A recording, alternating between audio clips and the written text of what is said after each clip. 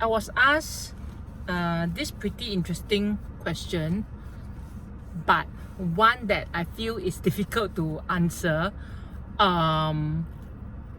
or difficult to illustrate through a video, but I'll still try to cover. So someone asked me to touch on the design tips and tricks for a modern luxe home. Wow, so I was like, oh, modern luxe, how do I explain? Modern luxe is a 感觉, it's a feeling. It's quite hard to verbalize how it can be put together, but being the nice person that I am, I will try my very best to explain and see if you catch what I'm trying to say. If you catch no ball, then I don't know. You will just have to see a few more of my modern luxe homes being done up before you will know what I'm talking about. Okay, so first thing first, in a modern luxe home, I think one very important element that many people are not aware of is the fact that lighting is very important. By lighting, I don't mean just illumination. I mean how the light is bounced off within the unit. So to me, right, it's very important to have reflective surfaces to bounce the light and let the light reflect refract it's one of those physics thingy you know, my physics fail one, but something like that, aga like that. So it's just to let light bounce off, and as the name implies, modern luxe means you need to do it the modern way most people's idea of how to bounce off light and how to make the space bigger is still one huge mirror on the wall. To me, that is the very old school way of doing things, because there are a lot of different lighting fixtures and accessories that you can achieve the same effect, yet add new dimension to the space instead of just one flat mirror and expect it to do wonders. So to me, that is already not modern So modern luxe means we need to go modern. Hence, the one big piece of mirror, right, is dated already, it's cost already. But if you still want to do that, right, you can just maybe try to do some patterns on your wall mirror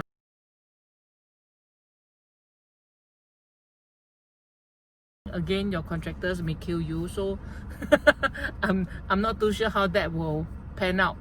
But for me, I would rather go with smaller items to create that bling bling effect. So ultimately, right, this whole bouncing of light thingy is just so that we can create that bling bling effect, that glittery effect, that lush effect, that opulent effect, versus flat light So lighting is very important. To me, lighting is very important. And the second thing is your choice of material. So choice of material, right, can be many different types. First being your choice of laminates. You know, there's a joke between me and one of my followers who is also my friend. He was telling me people like to use marble laminate to create the modern luxe effect. Then I laugh very loudly because it's true. It's one of the easiest ways to do it. But using marble laminate is a double-edged sword, because if you choose the wrong laminate, then your whole house will end up cheap looking. Just like just now, I was on site at my client's place, and then I just happened to walk past my client's neighbor's unit, and then I realized, the door is open. And then when I look inside, right, they are going for that modern luxe feel. And then I saw marble laminate on the wall with brass inlays. Brass inlays means the brass strip. Then the brass not bra, brass, BRASS.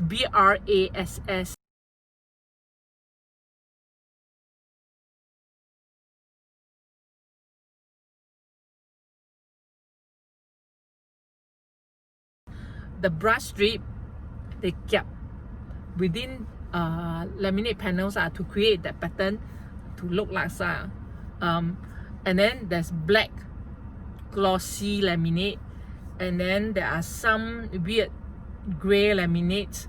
So they were trying to create that lush feel but no comments So I was texting my client and joking about it. Then we were all laughing but it's very bad to laugh at your neighbor's design, but it's really not very nice So what I'm saying is, laminate is just one of the ways to do it, but don't overdo it, because ultimately you're using laminate on carpentry to mimic the real marble. Obviously it's not going to be convincing but yet at the same time you cannot hold house marble you kaboom, a hole in your budget.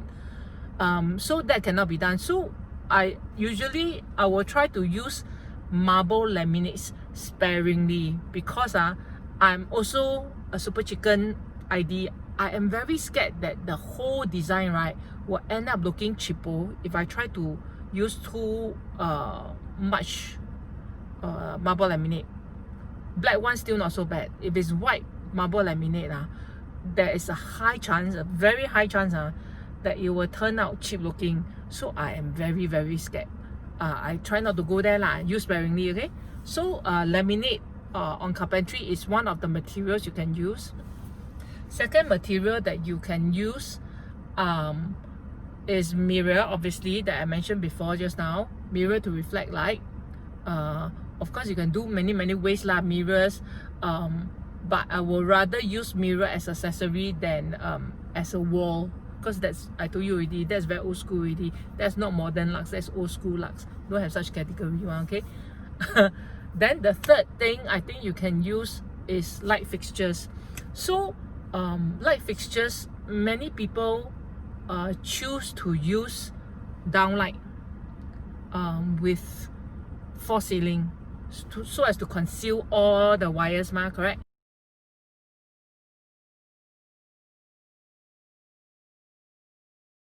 And some people don't like the look of track lights for their homes, because they feel like it's added details, but yet it doesn't add to the lushness of the place, and it's like more casual. The feel is more casual, but at the same time I will challenge that thought, because I have created modern Luxe with track lights before.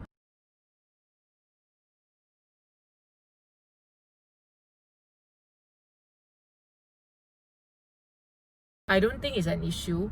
And nowadays they even have okay, the track lights will only come in two colors. One is black, one is white.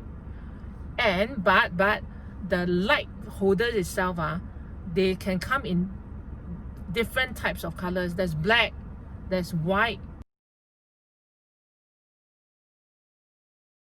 but the light holders itself they can come in different types of colors. There's black, there's white, but nowadays there are like gold, rose gold,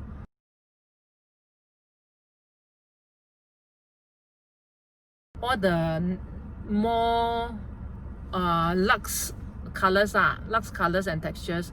So usually for Luxe theme, I will rather use black track light with gold holders or brass holders. Brass again, not brass holders, so as to be able to play up on the lighting and be more dramatic about it. Of course, downlight you can create that same feel in terms of adding lushness to the place, but to me, because it's not directional, I find that the whole ambience doesn't compare as nicely as track lights. But it's a personal preference if in the event that you find track lights very jarring, like the track very jarring, another trick is to do like conceal light, as though, okay, so you do false ceiling, but you hide your track lights within the false ceiling's trench, for example. whatever it is, lighting is important. So try not to send on that lah, okay? It's very important. Don't try to save that few pieces of light holder or the track and all that. Tracks are very cheap, so don't save on lighting. Spend more, have more light, dramatize the whole place. That is half the battle won already. But more importantly, right, I feel many people are not aware of the importance of having wall light. So many people will think, yeah, enough already ma to have ceiling light, enough already ma to have pendant light, don't need wall light lah, don't need everything, also don't need, you don't need already, right?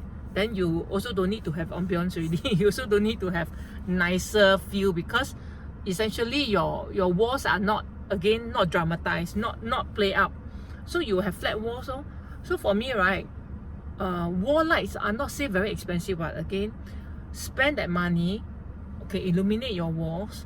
And the choice of wall lights, right, there are so many. You can choose all the more luxe ones, but of course, again, there are also the chandelier kind of wall lights and pendant lights.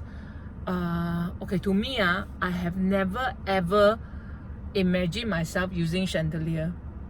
Not that I cannot be the atas type. I can be the atas type, but it's because I can be atas, right? I choose not to go for the conventional way of illuminating a space to make it large by having chandelier. Chandelier, again, is very old school to me. It's like mirror. It's very old school really. Unless your house is the like palace, you want to make it look like palace or biang one, then you use chandelier lah. But usually modern luxe lights, right, wall lights, are no longer like that already. They're simpler in form, yet they still have that crystal-y feel to bounce light off.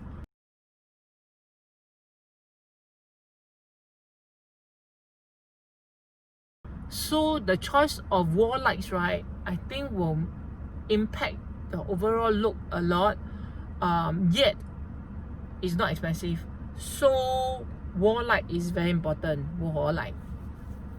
Then the next thing I feel is the play of textures. Play of textures in terms of soft furnishings, accessories. Okay, so to me, the easiest way to lux up a space, lux up sounds funny, like very lassam, but to lux it up, to me, is the play of all the furry materials. Furry as in, for instance, a furry piece of rug.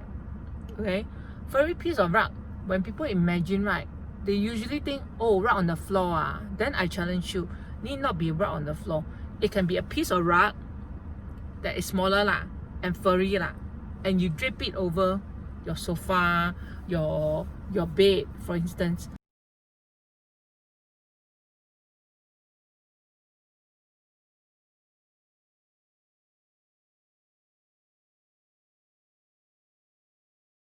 That will immediately lux up that portion already. So it's all these cheap ideas, yet the look is not cheap.